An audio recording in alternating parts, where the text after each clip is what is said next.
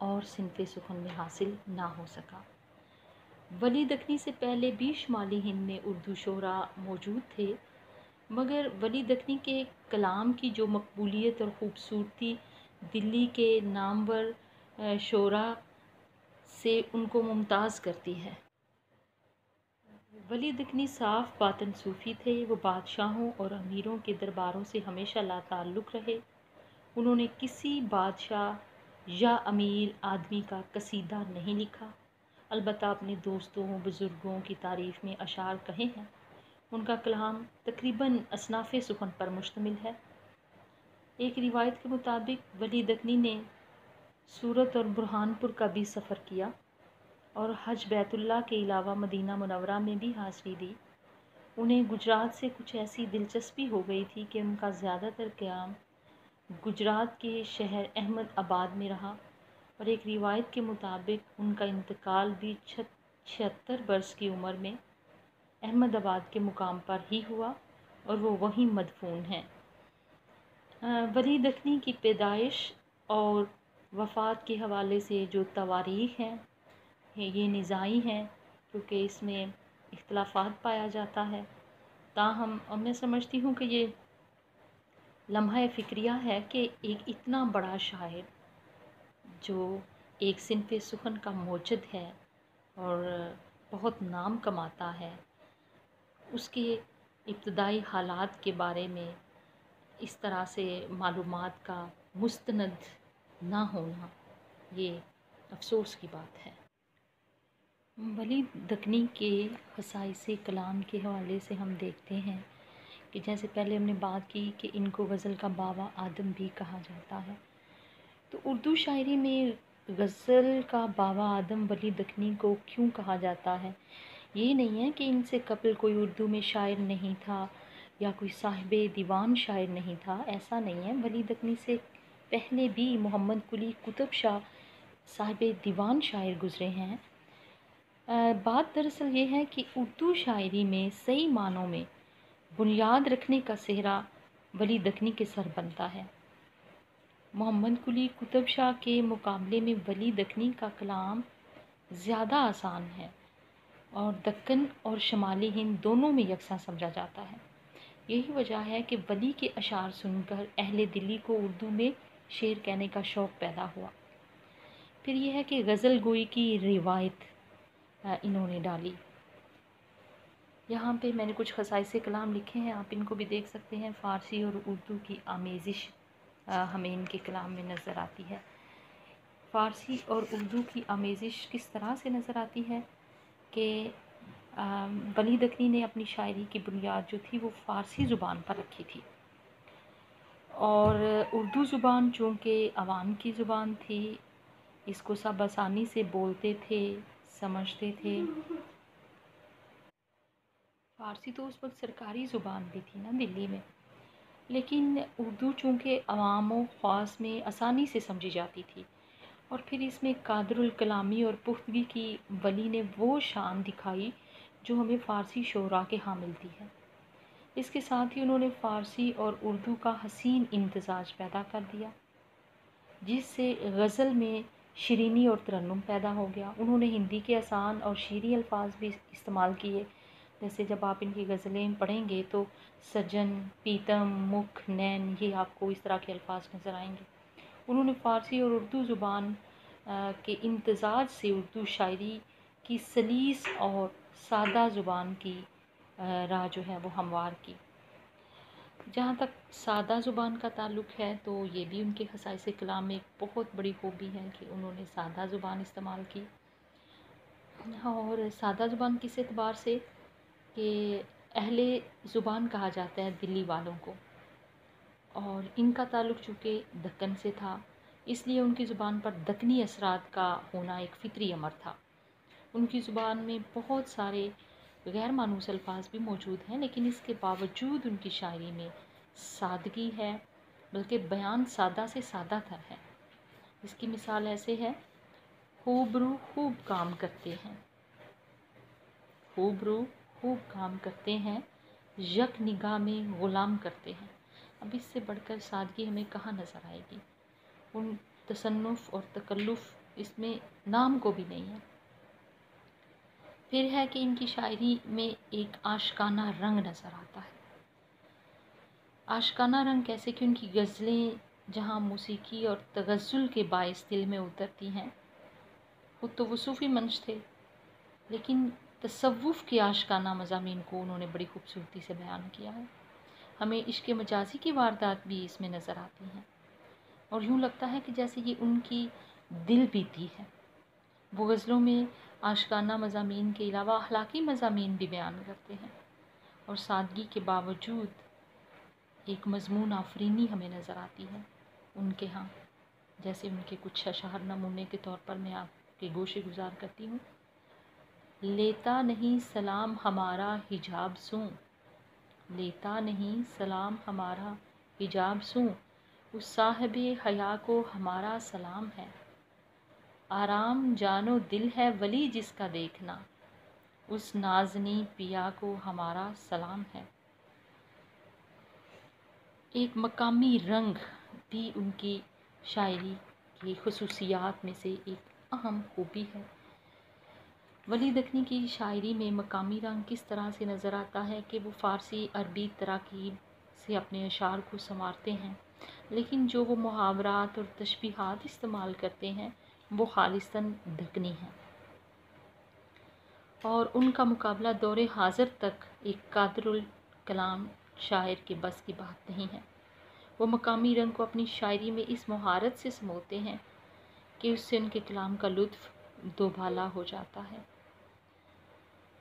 اس کی مثال یوں ہے کہ جیسے وہ جو تشبیہات اور استعارات اس کے اندر استعمال کرتے ہیں، اس حوالے سے زلف تیری ہے موج چمن کی، پاس دل کے اس کے جیوں سناسی ہے، تو سرسوں قدم تلک جھلک میں، گویا ہے قصیدہ انوری کا۔ اب ان کے اندر آپ دیکھیں تو آپ کو دھکن کا خالصتاً ماحول نظر آئے گا۔ ان تشبیہات اور استعارات کے انوری، سناسی، یہ وہ کردار ہیں کہ جو دکن کی سرزمین میں ہمیں دکھائی دیتے ہیں۔ حسن پرستی ہے ان کے کلام میں کہ بنیادی طور پر وہ حسن پرست شاعر ہیں، لیکن ان کی ہر نگاہ، ہر رنگ حسن کا متلاشی نظر آتا ہے۔ یوں لگتا ہے جیسے ان کا محبوب جو ہے وہ خیالی نہیں ہے، بلکہ گوشت پوست کا ایک جیتا جاگتا انسان ہے، اور اپنے اشعار میں وہ اس طرح محو گفتگو نظر آتے ہیں کہ جب وہ محبوب کا ذکر کرتے ہیں تو تشبیہات و استعارات کا سہارا لے کے اس کے حسن کو اور اس کے حسن کے بیان کو نکھارنے کی کوشش کرتے جاتے ہیں۔ اس زمن میں آپ کے سلیبس میں بھی جو غزل شامل ہے اس کا پہلا شعر، تجھ لب کی صفت لال بدخشاں سو کہوں گا، تجھ لب کی صفت لال بدخشاں سو کہوں گا، جادو ہیں تیرے نین غزالاں سو کہوں گا۔ جی، پھر ہے عربی شاعری کی تقلید۔ انہوں نے اپنی غزل میں عربی شاعری کی روایت کو اپنایا، کیونکہ محبوب کے لیے مونس کا صیغہ استعمال کیا ہے۔ ہندی گیتوں میں اس کی روایت آج بھی موجود ہے، مگر اردو کے اکثر شعراء سوائے اختر شیرانی جیسے ایک آدھ شاعر کے فارسی کی تقلید میں محبوب کے لیے مذکر کا صیغہ باندھتے ہیں۔ ولی دکنی نے فارسی شاعری کے اثرات قبول کرنے کے باوجود فارسی کی اس روش سے انحراف کیا اور محبوب کے لیے غزلوں میں مونس کا صیغہ استعمال کیا۔ اس کی مثال یوں ہے، مت غصے کے شعلے سوں جلتی کو جلاتی جا، ٹک مہر کے پانی سوں تو آگ بجھاتی جا، تجھ چال کی قیمت سوں دل نہیں ہے میرا واقف، اے مان بھری چنچل ٹک بھاؤ تو بتاتی جا۔ اس کے علاوہ ولی دکنی کے کلام میں ہمیں رجائیت نظر آتی ہے۔ رجائیت کیا ہے؟ رجائیت ہوتا ہے پر امید ہونا۔ ولی دکنی اس وجہ سے رجائی شاعر ہیں کہ ان کے کلام میں کسی بھی مرحلے پر آپ کو نا امیدی کا شائبہ نہیں ہوگا۔ وہ مایوسی اور مایوسانہ جذبات کو اپنے قریب تک نہیں بھٹکنے دیتے۔ حالانکہ دیکھا جائے تو بہت سارے ایسے شاعر ہیں جن کی زندگی کے اندر غم ہوتا ہے، پریشانیاں ہوتی ہیں، مصائب ہوتے ہیں، اور ان کا اثر ان کے کلام پر بھی ہوتا ہے۔ زیادہ نہ صحیح، جیسے میر تقی میر یا ناصر کاظمی کے اوپر تھوڑی غم کی چھاپ لگی ہوئی ہے، لیکن بہت سارے شاعر ہیں جن کے ہاں ہمیں یہ رنگ نظر آتا ہے کہ جس میں یاسیت ہوتی ہے۔ ولی دکنی وہ واحد شاعر ہیں جن کے ہاں ہمیں رجائیت نظر آتی ہے، یاسیت نظر نہیں آتی، کیونکہ وہ ایک توکل شعار صوفی کی طرح جو بھی مطلب ان کی زندگی میں ہے، جو اس پہ وہ راضی ہیں، راضی با رضا رہتے ہیں، اور امید کا دامن جو ہے وہ ہاتھ سے نہیں جانے دیتے۔ اس کے علاوہ ہمیں ان کے کلام میں غنائیت نظر آتی ہے کہ موسیقیت ہے، ترنم ہے۔ کس طرح سے غنائیت ہے کہ ان کے رواں دواں جو اشعار ہیں اس میں موسیقیت یوں رچی بسی ہوئی ہے کہ ایک ایک شعر کا ایک ایک لفظ دل میں اترتا چلا جاتا ہے۔ اور یہ غنائیت کا ایک کرشمہ ہے کہ ولی نے جب دوسری بار 1722 میں دلی کا سفر کیا تھا تو ان کے کلام کو وہ مقبولیت اور ہر دل عزیزی حاصل ہوئی کہ امیر سے غریب، محلوں سے خانقاہوں تک، کوچہ و بازار سے ہر جگہ، ہر محفلوں میں، ہر جگہ ذوق اور شوق سے پڑھا اور گایا جاتا تھا۔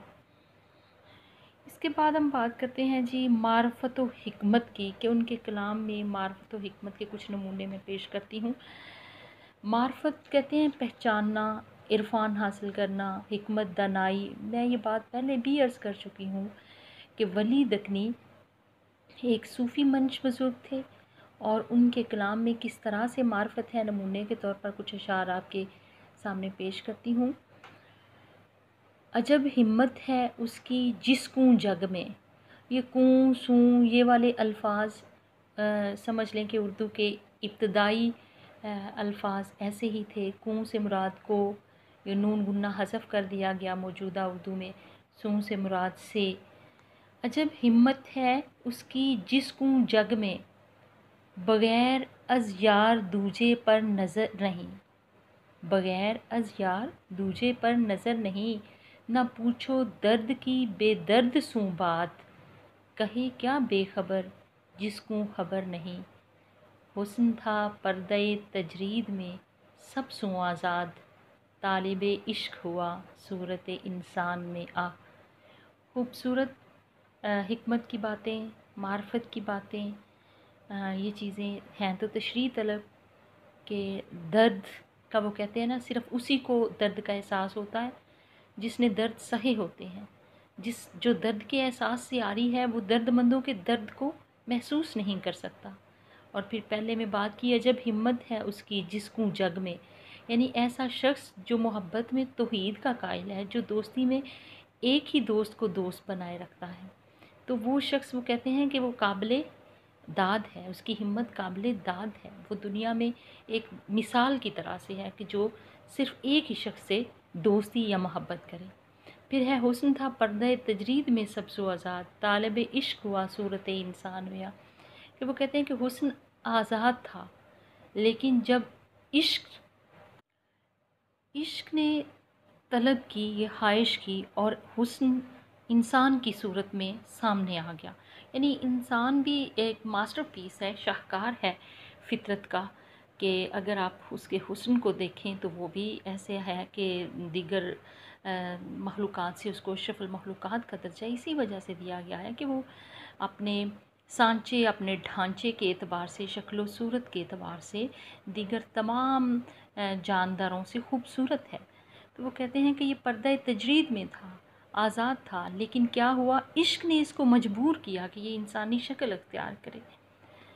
جی تو یہ تمام نکات تھے ولی دکنی کے کلام میں جو ہمیں نظر آتے ہیں۔ کل ہم انشاءاللہ ان کی غزل پڑھیں گے، اور پھر ساتھ ساتھ دیکھیں گے کہ ان میں سے کون کون سے خصائص، کون کون سی خوبیاں ان کے کس کس شعر کے اندر موجود ہیں۔